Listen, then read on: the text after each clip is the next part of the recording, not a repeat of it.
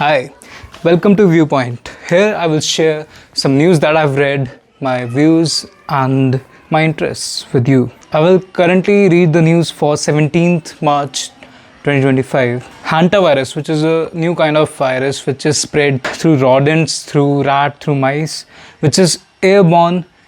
Some symptoms include flu-like symptoms, muscle ache, fatigue, and at a later stage, respiratory issues. Hantavirus can cause HPS, which is the hantavirus pulmonary syndrome, HFRS, which is the hemorrhagic fever syndrome. We currently don't have a cure for hantavirus, but we can manage its symptoms. Then the Houthis from Yemen are attacked by the US, where 31 Houthis are killed. 31 people are killed. The Houthis are supporting the Palestinians, the Hamas, and all of them retaliated back and vowed revenge, vowed a reply to the US, because they said that it wasn't, according to the UN Charter, it wasn't very nice of them, and they vowed to retaliate back. They said women and children were killed in that attack. Now, why did US attack Houthis? Because they usually attacked all the shipping in the Israel and Red Sea region during the Gaza war. Now they are in unity with the Palestinians, as I said, and they are supported by Iran. Another news comes by Modi tells Pakistan has always betrayed India, but Modi prefers dialogue over discord. Discord means disagreement. Uttarakhand Finance and Parliamentary Affairs Minister resigns to the CM. The CM of Uttarakhand is Pushkar Singh Dhammi. He basically commented that Uttarakhand is not only for Pahadis, and he was declared anti-Pahadi. So he resigned. The US backed out of WHO, and US also backed out its aid, which is USAID, which is basically Agency for International Development. But India stays unaffected because it only amounts to 1% of the India's healthcare expenditure, healthcare budget. Now, Article 47 states that it's a state's responsibility to basically improve healthcare. Now, there's a mismatch between demand and supply.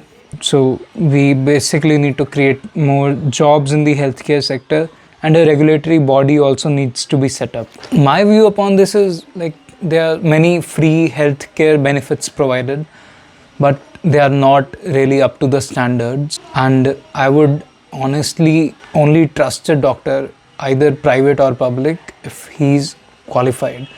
I will still go for the qualified doctor, which is in my best interest. Also, our government started the Ayushman Bharat Yojana in 2018, and now 36 crore cards have been issued. It has about 31,000 hospitals under it. Also, India's 2025 budget includes 9,400 crore for this Ayushman Bharat PMJAY. It's basically boosting privatization and insurance-based financing, which is good for people, because hospitals cannot charge more from us.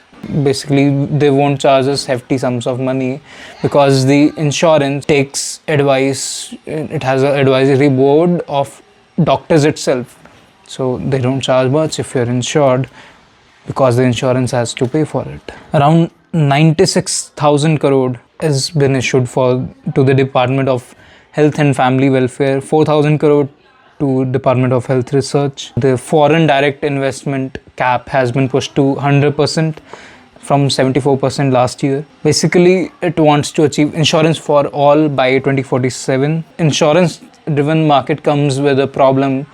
For ones who are not insured, the hospitals charge higher fee with them. So government needs to regulate this part of the hospitals. Coming to the nutrition side, Poshan 2.0 and Saksham Anganwadi have some schemes launched by a government, which basically include like take-home ration, track malnutrition cases, and providing iron and folic acid tablets. Now, coming to the world news, on February 24th, US voted against peace in the Russia-Ukraine war for the first time. It withdrew military aid. These all come after his president's conflict with Zelensky, the Ukraine president. Zelensky basically put demands in front of live TV, which should never happen, and said about some shortcomings with the Biden government.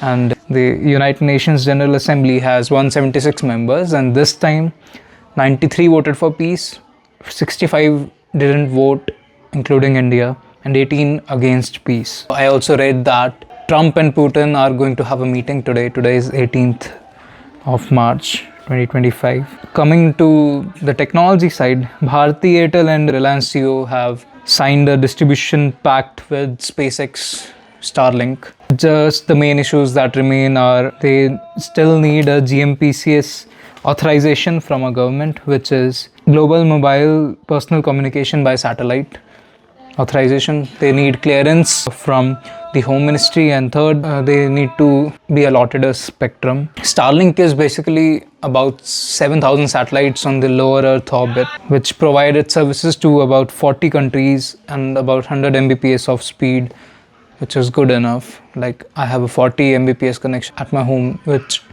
converts to 5 megabytes. 5 Mbps is good speed for gaming and stuff.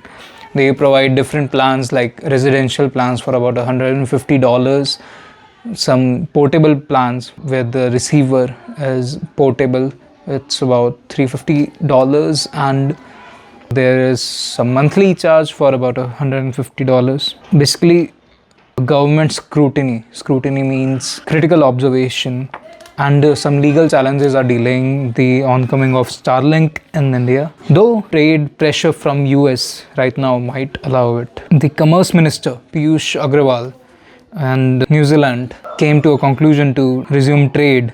Main things include dairy, meat and wine. New Zealand basically demanded access to dairy market in India, but India didn't allow it, except for some minimal allowance in value addition dairy products. No raw products, because the Indian farmers and the Indian industry takes a hit that way. SpaceX Dragon Crew 10 docks to the ISS. Sunita Williams and other astronauts who are stuck into space for 9+ months are coming back by March 19th. That's good news. Also, the move of India and New Zealand trade resuming is also a result of pressure from US to open its dairy market.